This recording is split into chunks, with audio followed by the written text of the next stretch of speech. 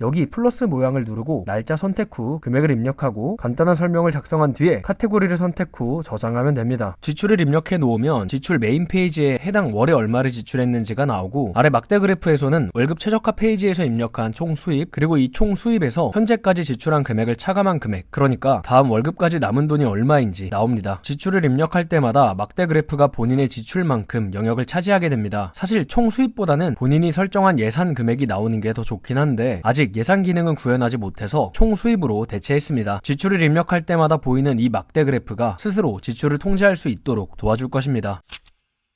요즘은 자동화된 것들이 상당히 많습니다. 가계부도 그중 하나죠. 토스나 뱅크샐러드 등의 어플에서 내 카드나 계좌를 연동만 해놓으면 실시간으로 제가 지출하고 있는 내용들을 기록해줍니다. 가계부를 수동으로 작성하다가 이러한 자동화 기능을 접하게 되면 다시 돌아갈 수 없을 정도로 상당히 편리합니다. 저도 이 앱들의 가계부 기능을 접한 후 이걸 이용하면서 지출을 기록했었습니다. 처음엔 귀찮은 게 사라졌을 뿐 아니라 깔끔하고 자세하게 제 지출을 기록해주니 정말 좋았습니다. 그런데 제가 이 가계부 어플을 최근에 언제 들어갔는지 기억이 나질 않습니다. 그래도 번거롭게 작성해왔던 가계부는 꾸준히 작성해서 지출을 잘 관리해왔었는데 편리하게 작성할 수 있던 자동화된 가계부는 얼마 안가 사용하지 않게 되더라고요. 당연히 지출 관리도 실패했죠. 내 지출을 관리하기 위해 가계부를 사용하는 건데 아무리 가계부 자동화가 잘 되어 있다 한들 사용하지 않는다면 아무런 의미가 없습니다. 그렇다면 왜 가계부 작성이 더 편해졌음에도 오히려 사용하지 않게 되었을 뿐만 아니라 결과적으로는 지출 관리에 실패했을까요?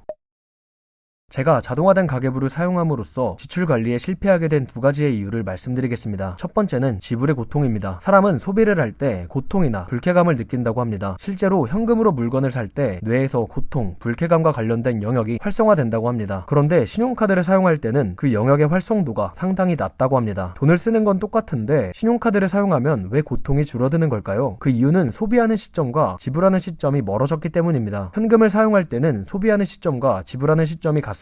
소비하는 즉시 지갑에서 돈이 사라지죠. 돈이 사라지는 고통이 즉각적이니 소비를 억제할 수 있습니다. 반면에 신용카드를 사용할 때는 소비하는 시점과 지불하는 시점이 분리가 됩니다. 소비를 하고 청구서가 나오기 전까지는 실질적으로 돈이 사라지지 않습니다. 청구서가 나올 때만 돈이 사라지는 고통을 받게 되니 소비를 억제하기가 쉽지 않죠. 체크카드를 사용한다고 하더라도 비슷합니다. 체크카드로 소비하기 직전에 은행 어플을 켜서 잔고가 사라지는 걸 보고 있는 사람은 거의 없습니다. 그리고 실제 현금이 1만 원이 사라질 때의 고통과 잔고에서 1만 원이라는 숫자가 줄어드는 때의 고통은 같지 않을 것입니다. 현금으로 소비할 때 느끼던 고통이 카드를 사용하게 되고 거의 없어졌기 때문에 카드가 등장한 이후 사람들은 현금보다 카드로 더 많이 소비를 하게 되었고 자연스레 전체적인 소비도 더 많아지게 되었습니다. 소비를 할 때 고통을 느끼는 이러한 현상을 제가 자동화된 가계부를 사용하지 않았던 이유에 적용할 수 있습니다. 제가 가계부를 사용하는 이유는 지출을 통제하여 돈을 현명하게 관리하고 싶어서입니다. 재미로 가계부를 사용하거나 그냥 사용하는 것은 아닙니다. 거의 초창기에는 다이어리를 사서 가계부를 작성했는데 그게 너무 번거롭더라고요. 그래서 모바일 앱에서 가계부를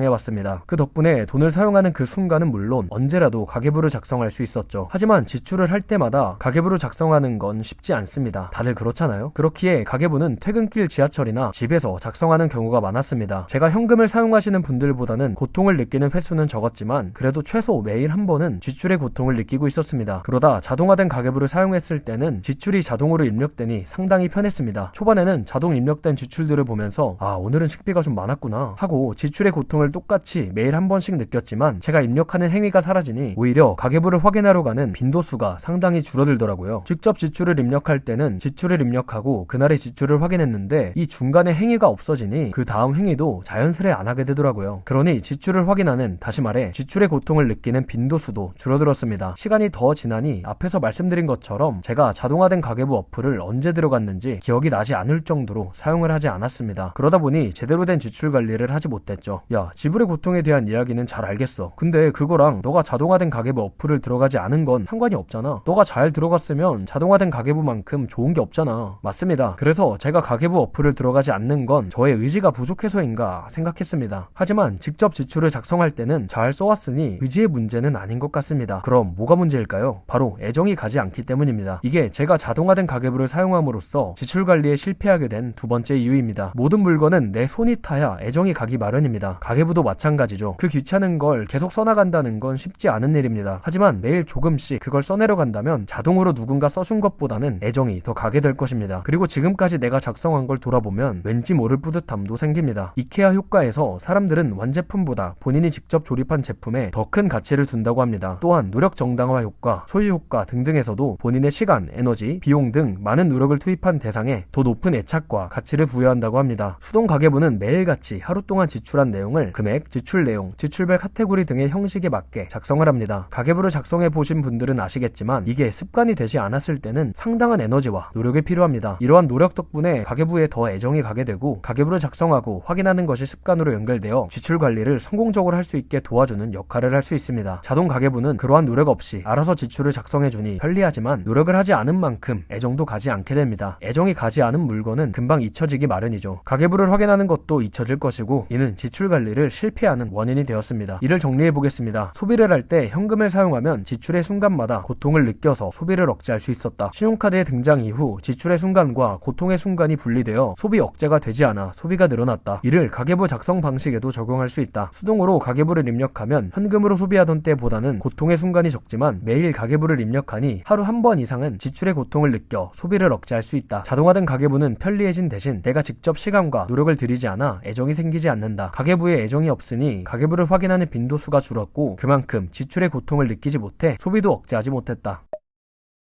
이러한 이유로 미라클머니 앱에 월급 최적화 기능 다음으로 가계부 기능을 만들게 되었습니다. 저와 제 주변 사람이 쓰려고 만든 건데 저한테 가장 필요한 기능부터 만드는 게 우선이니까요. 물론 토스나 뱅크샐러드 모두 가계부를 직접 작성할 수 있어서 거기서 수동으로 작성해도 되긴 합니다만 미라클머니 앱에서는 S&P 500 투자자를 위한 자산관리 기능을 계속 추가할 예정입니다. 만약 S&P 500에 투자해서 경제적 자유에 도달하고 싶은 분이라면 미라클머니 앱을 사용하시는 게 더 도움이 되실 겁니다. 그럼 이제 사용 방법에 대해 말씀드리겠습니다. 먼저 테스트 버전이 종료되고 드디어 정식으로 출시가 되었습니다. 플레이스토어나 앱스토어에서 미라클머니라고 입력하면 앱이 나옵니다. 아이폰 유저분들은 앱스토어에서 다운받으시고 갤럭시 사용자분들은 플레이스토어에서 다운받으시면 됩니다. 테스터분들은 앱이 업데이트가 안 된다면 앱 제거 후에 다시 다운받으시면 됩니다. 정확한 앱 다운로드를 위해 다운로드 링크를 남겨두겠습니다. 이미 앱 회원가입 후 코드까지 입력해 놓으신 분들은 영상 정보란에 시간 링크 남겨놨으니 거기로 바로 가시면 됩니다. 앱을 다운받고 실행을 시키면 회원가입 화면이 나오는데 이건 30초 안에 하니까 걱정 말고 하시면 됩니다. 저는 이메일, 비밀번호를 일일이 입력하는 게 싫어서 자동으로 로그인되는 구글 로그인이랑 애플 로그인만 가능하게 해놨습니다. 회원가입하고 약관 동의를 한 뒤